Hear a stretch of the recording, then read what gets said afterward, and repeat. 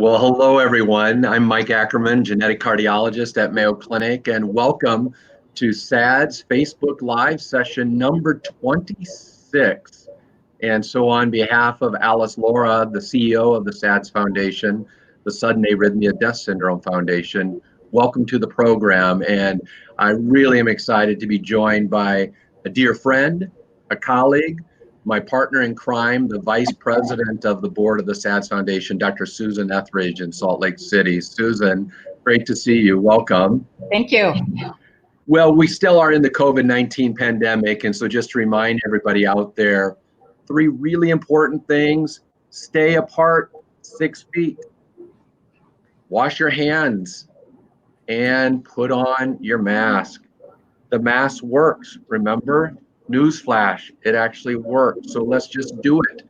An incredible study actually just came out that suggested that if 80% of America wore their masks, we could be reducing the daily COVID-19 count from 40 to 50,000 cases a day to 5,000 cases a day. So put those on, but that's not the subject matter. We're going to do something really exciting today at your request. The SADS Foundation for the last 25 years have been logging your questions, and several questions have come repeatedly over the years. And so they have accumulated the 10 most asked questions posed to the SADS Foundation. And yours truly and my colleague, Dr. Susan Etheridge, we're going to take them David Letterman style, working our way back from number 10 to the number 1 most asked questions. So we're going to get this party started. So Susan, we flipped a coin and you took evens and I took odds. So we're starting with you with number 10. And here's an easy one. I have ARVC, arrhythmogenic right ventricular cardiomyopathy. Question number 10. Can I still be a long distance runner or work out at least and lift weights? What say you, Susan?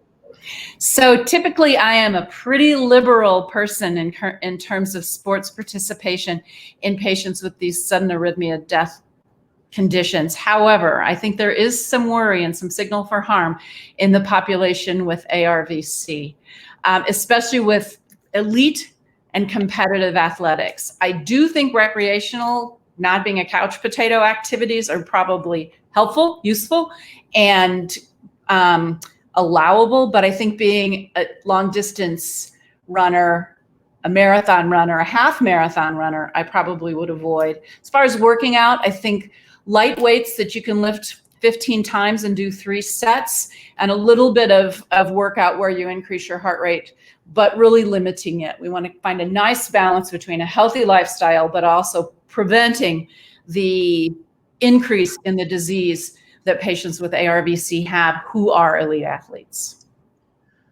Yeah, and Susan, to follow up on that, I know a lot of that experience has come out of from our friends and colleagues at Johns Hopkins and their ARVC center. And, the suggestion put out there has been sort of, no dose of exercise is a safe dose and therefore no exercise. Do you think that might swing the pendulum too far away? I get long distance marathoning, cycling, the sort of taxing lots and lots of miles could be a disease accelerator.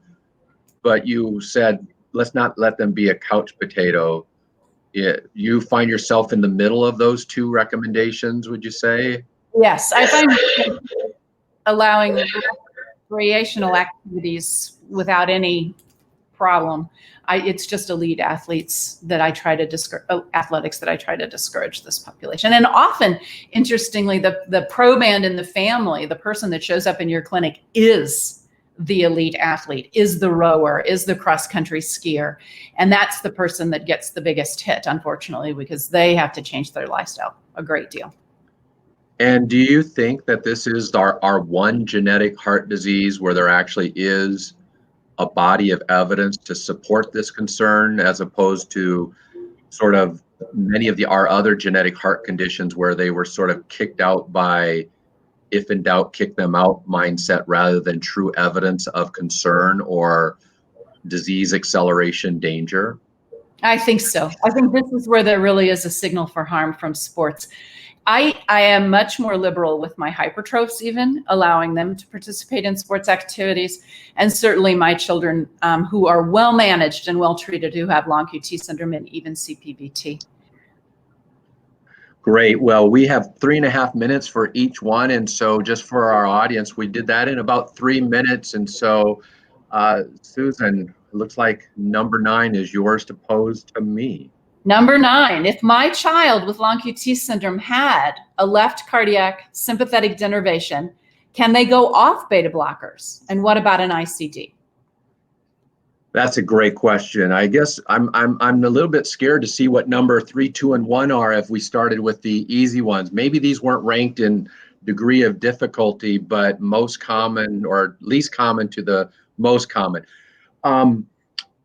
Left cardiac sympathetic denervation, we heard a couple weeks ago from Peter Schwartz when I interviewed him, as all of his pioneering work in that treatment, and it is a treatment modality with impressive antifibrillatory efficacy. We probably do more denervations at Mayo Clinic than anywhere in the world, and about half of our cases are bad disease, and we need to do more to try to get control of the disease. Let's get the defibrillator to stop firing.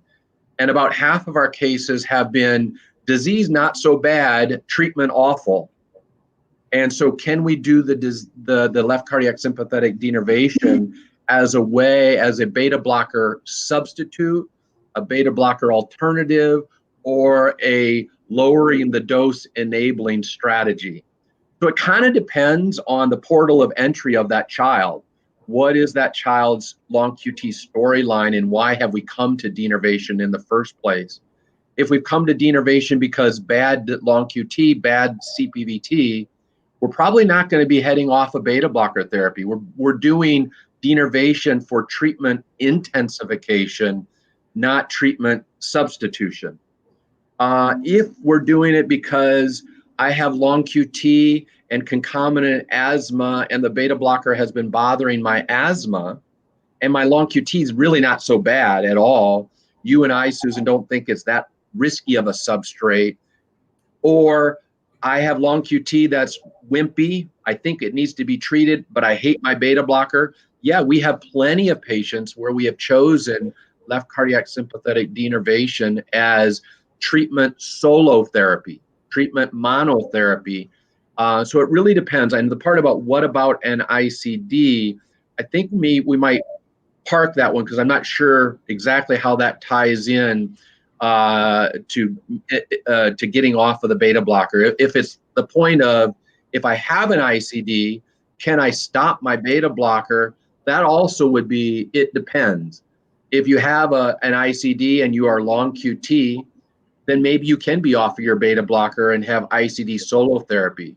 If you have an ICD and somebody gave it to you because you have CPVT, you for sure will never be getting off of your beta blocker. And in fact, for that disease, we would be implementing triple therapy, Nadolol, beta blocker, flecainide, and denervation to try to make sure that the defibrillator itself never becomes part of the problem. So great question. There's a lot of things within that question.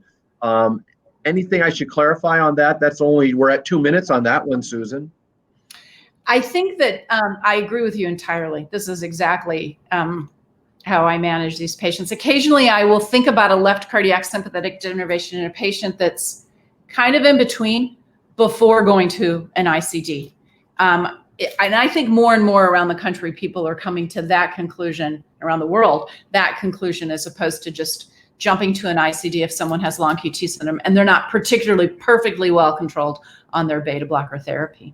Yeah, exactly. I think the American Heart Association sanctioned guidelines and class 1 recommendations are bad disease, my defibrillator has fired, you can do the denervation, class 1. Not so bad disease, but I hate my beta blocker intolerance, you can do the denervation as treatment alternative as a class 1. And like Susan's mentioning, sort of bridge to ICD. I don't like the landscape of my patient's disease, but I also don't like to embrace the comorbidities of the defibrillator yet. And so can we bridge it with denervation protection? Susan, number 8. My 22-year-old son died suddenly last year. That's awful. We hear that way too much. So sorry for the family posing that. And the genetic testing came back negative. What do I do now? And what about my living son? Lots that we can talk about in that one, Susan. You want to get it started? I do. Thank you. This is a common, unfortunately, a common problem. I think we're getting better at what we can test genetically, but we're not perfect. Even for long QT syndrome, where we're probably the best, we're still only finding about 75 to 80% of those patients. So this is not an uncommon scenario. I think what you can do for your other son involves seeing an electrophysiologist who is a specialist in these conditions that cause sudden death in young people, and getting the complete workup, because you really can't use genetic testing as your benchmark. So it will involve imaging, it'll involve ECGs, probably exercise studies and maybe even provocative testing on the other son. And I don't think you should forget about yourself and your spouse, because you're part of the picture. And so both mother and father need to undergo testing, and possibly data from the group in the UK would suggest that about, what is it, Michael, 45% of the time, that will give you the answer. That looking at the rest of the family will give you the answer as to why the son has died. It ends up being one of the saddest and most difficult or frustrating parts of our job, I think, this. Yeah, absolutely. And this is one where we really haven't had any guidance as to exactly how to do the drill. So it has ranged for families out there where they barely receive condolences, to the other extreme where we do every cardiac test known to man, known to woman, and we repeat it every 6 months. Yeah, no. And there, for our listeners, the Asian Pacific Heart Rhythm Society, in conjunction with the European Heart Rhythm Society and PACES and a Heart Rhythm Society in North America, we will be releasing our guidelines in November, most likely, the first guidelines ever for what should the evaluation of a sudden death victim look like, the 22-year-old son, and what should the evaluation of the sudden death victims surviving first-degree family members, the living brother, the mom and dad, like Susan mentioned. And I would also add, in light of that, when they say genetic testing came back negative, I would first step back and ask the question, did they even do a conventional autopsy? We really have to be doing autopsies to give us any sense, is this an identifiable disease that claimed your son's life? And so I'm assuming that an autopsy was done and the autopsy was negative. Then the question becomes, what kind of genetic testing? Which genes were surveyed, were analyzed? Because if it was just looking at the channelopathy genes because the heart was apparently structurally normal, that could miss the answer, because we're learning that some of the ARVC genes, for example, can cause sudden cardiac death with a normal autopsy, meaning it can have an electrical phase of the disease before it shows an overt heart muscle change phase in the disease. So I'd want to know all of those details. And then for the son and the parents, in our program, we start with, at minimum, an ECG, Holter, stress test, and echo. And then we reassess before we do sort of second tier provocative testing. Can I ask you, just to put it out there, Michael, what are the research avenues, if they have blood on this child who has passed away or this young man who's passed away, what are the research opportunities out there for this family? Yeah, great question and follow, because we've been doing, as you know, the molecular autopsy since we sort of revealed it 21 years ago, and it's changed. Now we would say that decedent deserves a clinical molecular autopsy first, with the clinical genetic test, sort of the same genetic test that you and I order on the living.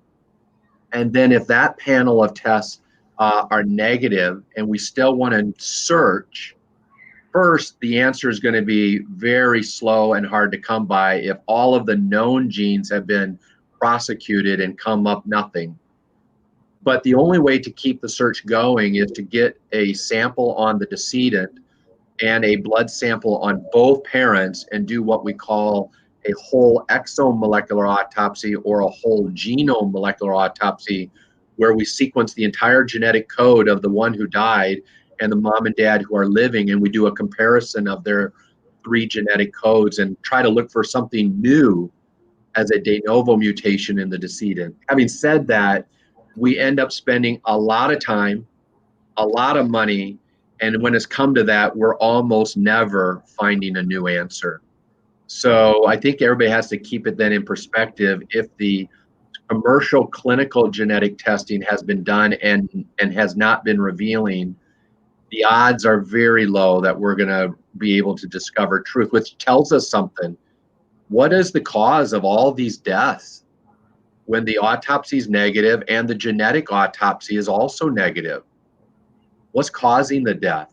Is this just a bad luck premature ventricular beat that, set chaos into motion? We really need to start exploring that, because that unexplained answer becomes the answer about 2/3 of the time. All right, number 7 for you, Michael. I have a variant of unknown significance on the RYR2 gene. Do I have CPVT like my doctor says, and should my kids be tested? I love that question. We published on this question recently in Circulation. Chris Simsarian, the editor of Circulation, Genomics, and Precision Medicine, because the issue is the VUS issue, variants of uncertain significance. That label, which is what we've called genetic purgatory, where you're stuck, we have to remind ourselves that that label is a label given by the genetic test company. They render their best assessment of the variant in whatever gene by their sort of rubric, their brain, based upon everything about the gene and about the variant, and essentially based upon nothing about Susan, your and my patient, and what you and I thought about that patient before we even ordered the test. And the RYR2 gene, which builds one of the largest proteins in the human proteome, the ryanodine receptor, contains almost 5,000 amino acids, is the one gene that is almost always where the report comes back as a VUS. And that's because the analytical tools for that gene just are not that sophisticated. So we put out paper that shows in the analysis that, and we created kind of a Schwartz-like CPVT score. The Schwartz score is the clinical score for long QT syndrome. Arthur Wilda and John G. DeCessi and I put out the CPVT scorecard, so that a priori, if it looked like CPVT, walk like a duck, quack like a duck, it's really CPVT. We could show that you could upgrade an RYR2 variant from a VUS like that to a CPVT1 causative variant, likely pathogenic variant, easily, definite pathogenic variant many times. So when the doctor says you have CPVT, it depends on the answer. Would Susan and I have made the diagnosis of CPVT in that child, in that person, without the genetic test? If answer yes, and I can make that a diagnosis clinically by the stress test easily, by the story easily, and that genetic test then comes back with an RYR2 VUS, well, then the company calls it a VUS, but then Susan and I immediately promote that variant to CPVT1 causative, and we will be right almost all of the time with that upgrade.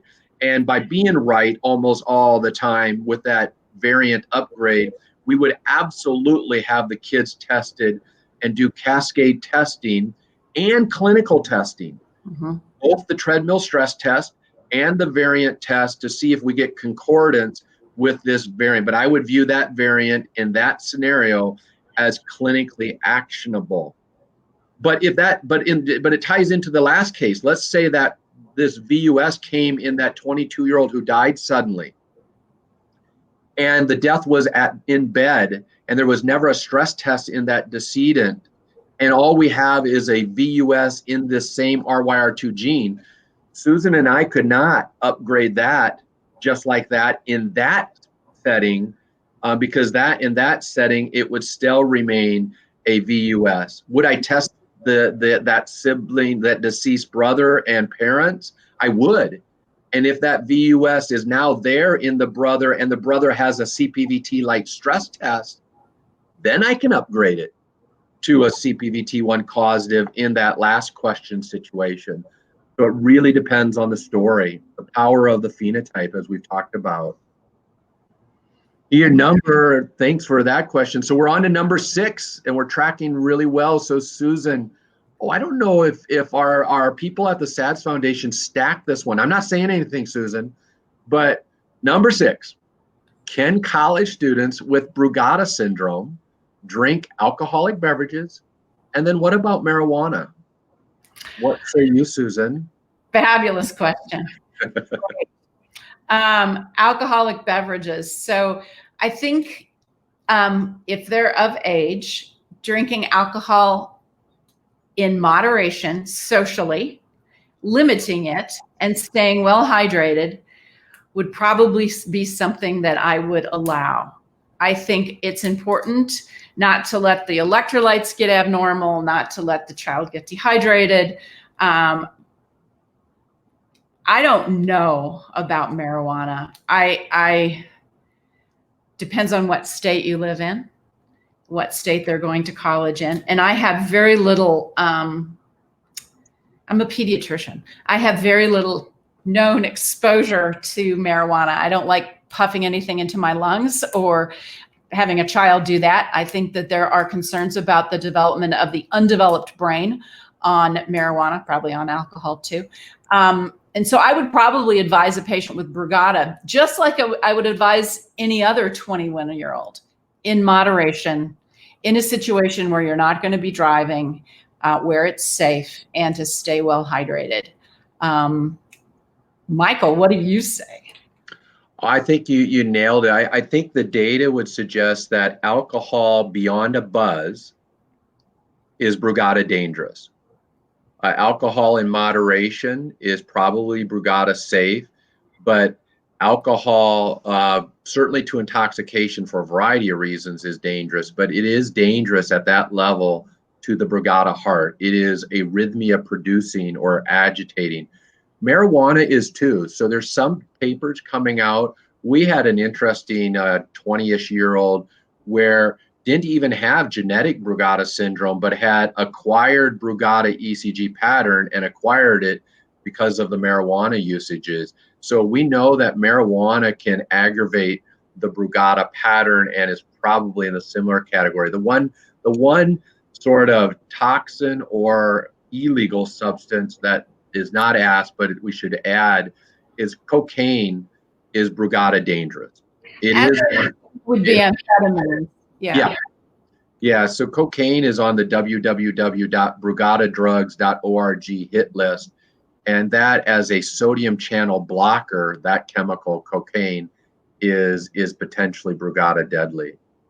I also think you need to keep in mind when these kids are going out and behaving that drinking to excess or smoking marijuana till you're stoned, you don't make good decisions beyond that point. And those bad decisions you make might relate to taking a drug that isn't Brugada safe. Yeah, absolutely.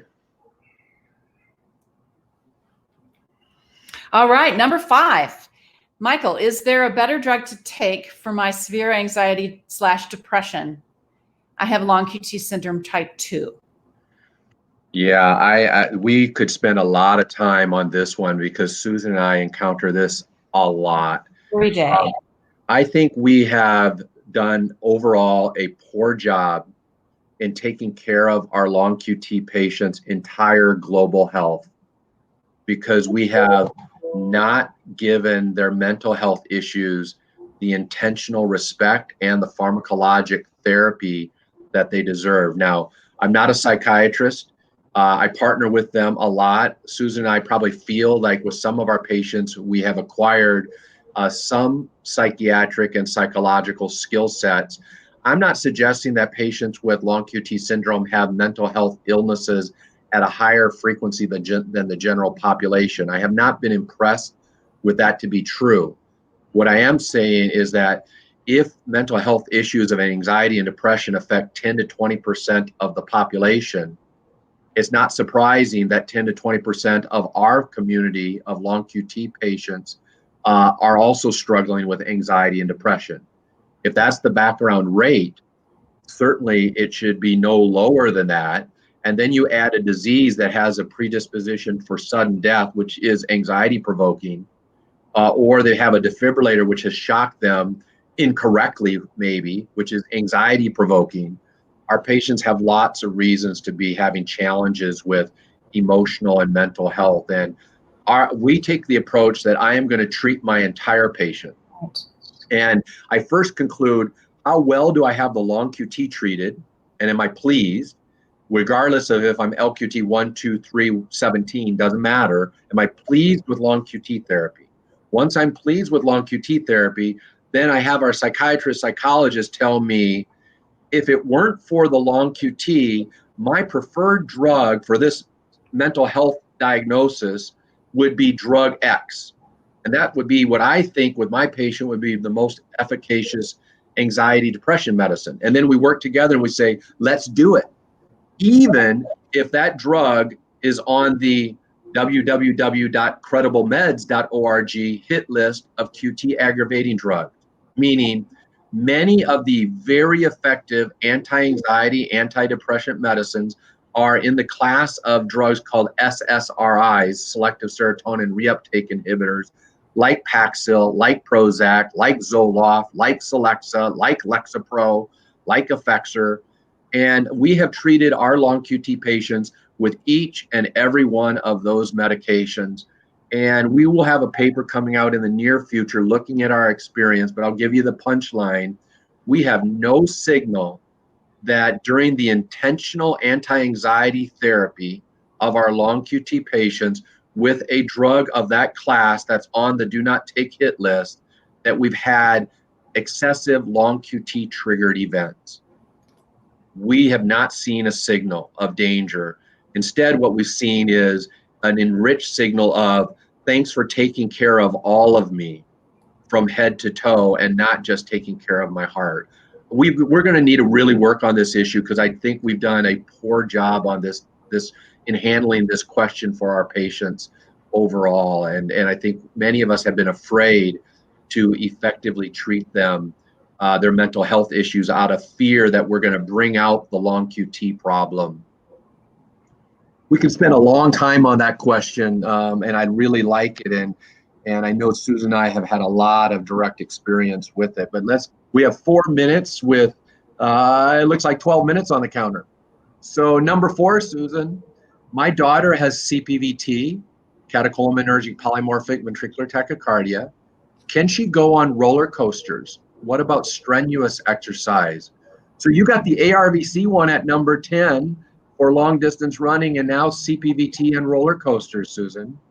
So I, again, am fairly liberal about what I allow a well-treated patient with CPVT to do. Obviously, it depends on where they are in their treatment plan.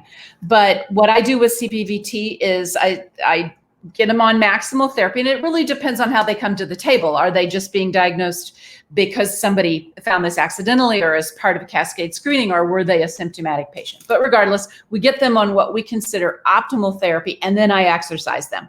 I make sure that they're safe in my clinic and doing well. And then if they are, I do allow them to do exercise. There are some things we suggest when patients with CPVT are exercising, that everybody, mom, dad, child, all agree that this exercise or this form of competition is okay, that they stay well hydrated, and that an AED is available.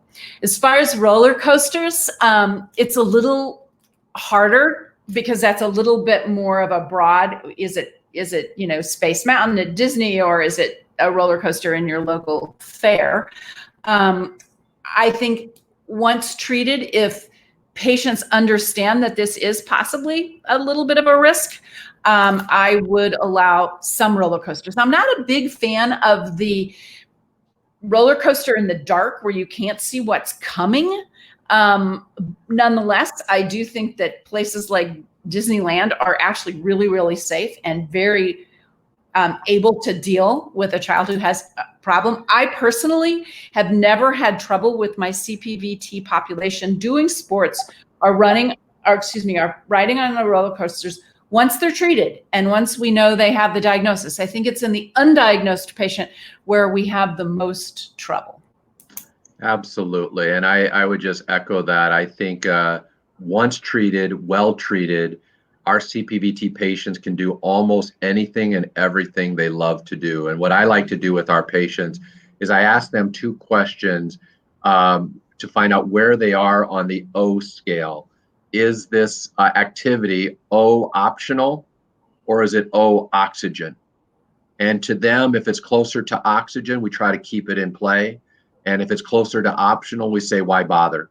Right. And I like what you said about the stress test, because we work very hard to try to cure the stress test.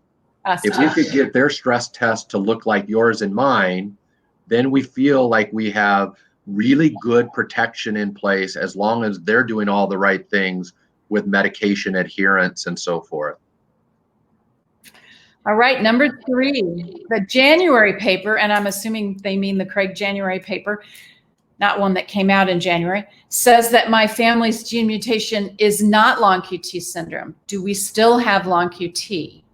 Yeah, this question has been posed to us a lot, and I think this is actually not our good friend Craig January at Madison, Wisconsin. This is the paper. I was a co-author on this paper. Michael Golub was the lead author, and it came out in Circulation in January. And it's the ClinGen effort at adjudicating or re-adjudicating the strength of the genes for the disease that it was published for. So we have the VUS issue with indefinite disease genes, and then we have the GUS issue, genes of uncertain significance.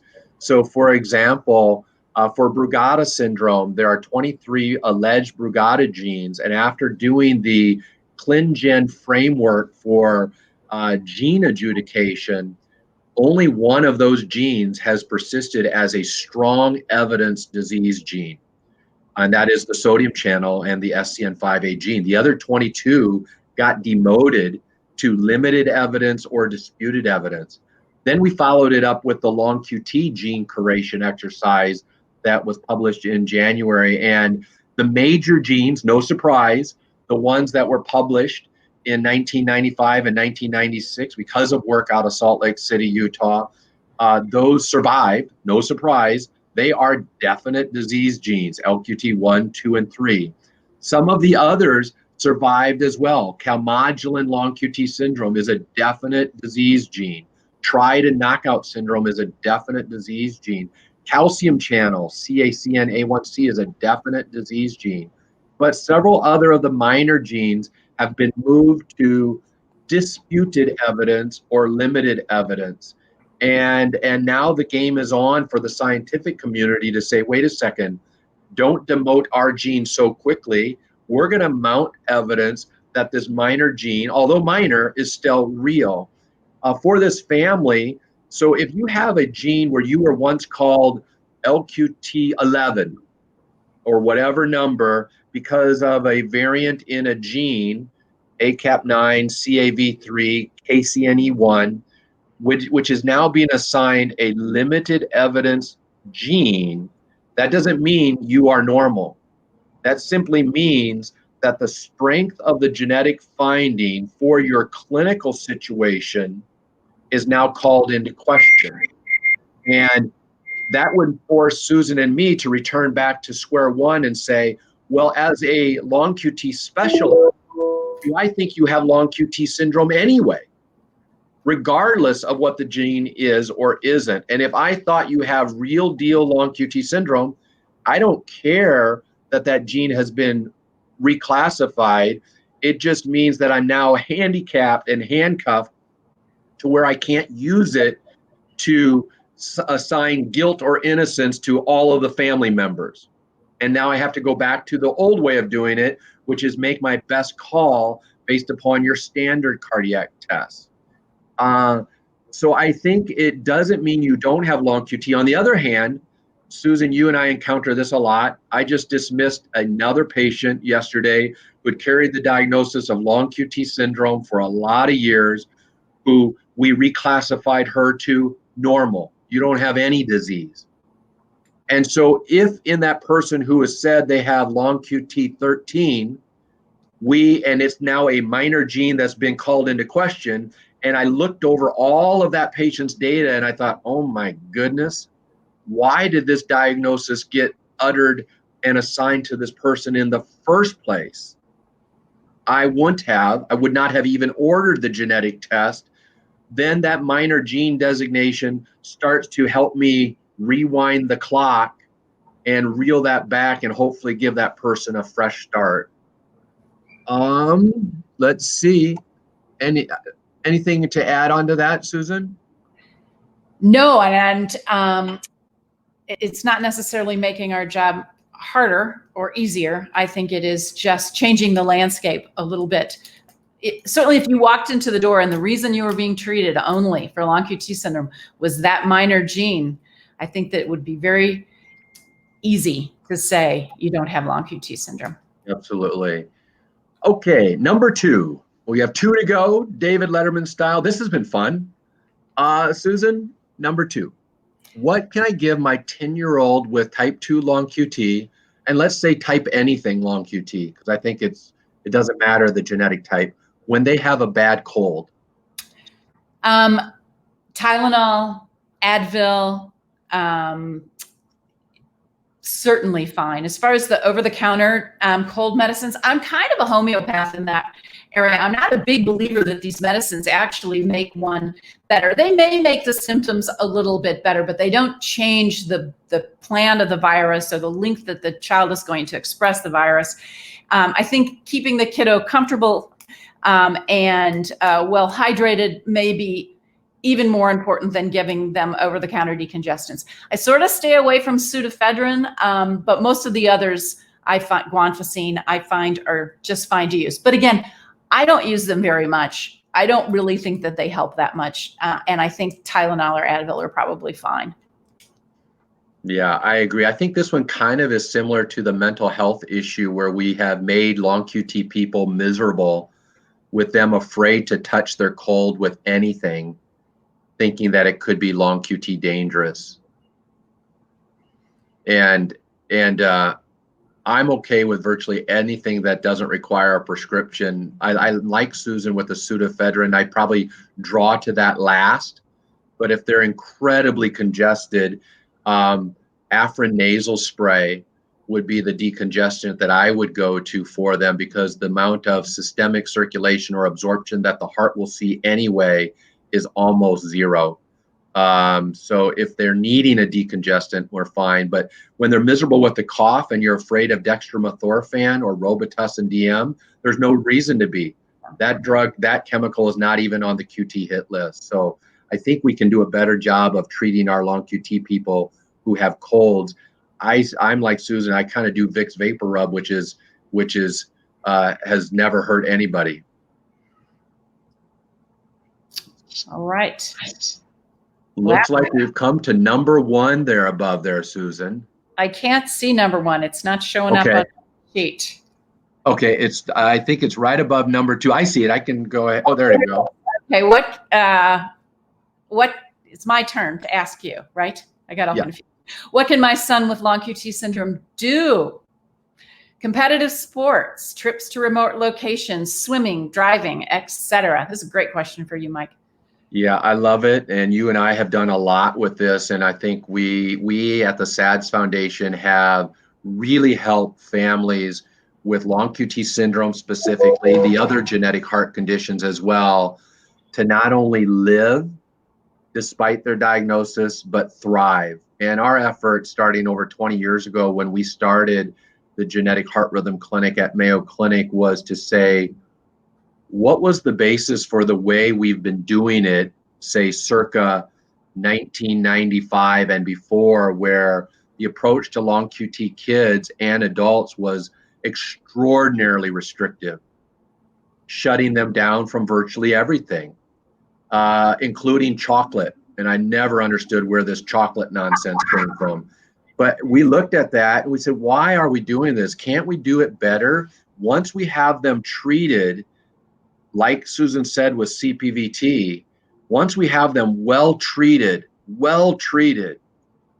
can't we start to let them thrive? So my answer to that for your son is, your son can grow up to be and do almost anything that he dreams and desires to be. Your daughter can grow up to be almost anything that she desires to be. I have professional level athletes now with their long QT. It's taken a while because forever we never let kids do anything. So it's hard to get good at any sport when you've been shut down since age 5. But since we've been starting to do it this way since 2000, we now have long QT little leaguers. And when you have long QT little leaguers, they have the hope and the dream to become long QT big leaguers. And we have them. I even have elite level swimmers with long QT, even LQT1. Now, there's a couple things that Susan and I will have a hard time enabling your son or daughter to be. We're going to have a hard time getting them into the military if that's their passion, because they will have a hard time getting them declared worldwide deployable, which is the requirement. We would have a hard time getting them to pursue a dream in aviation, because in aviation, even though you ultimately end up in a redundant cockpit in the airlines, the commercial airlines, you have to get there by going solo. And so we would have a hard time getting you approved for your aviation medical. But short of those two things, and probably if your son or daughter had the dream of being a coast-to-coast commercial licensed semi-truck driver, we would probably have a hard time getting that enabled.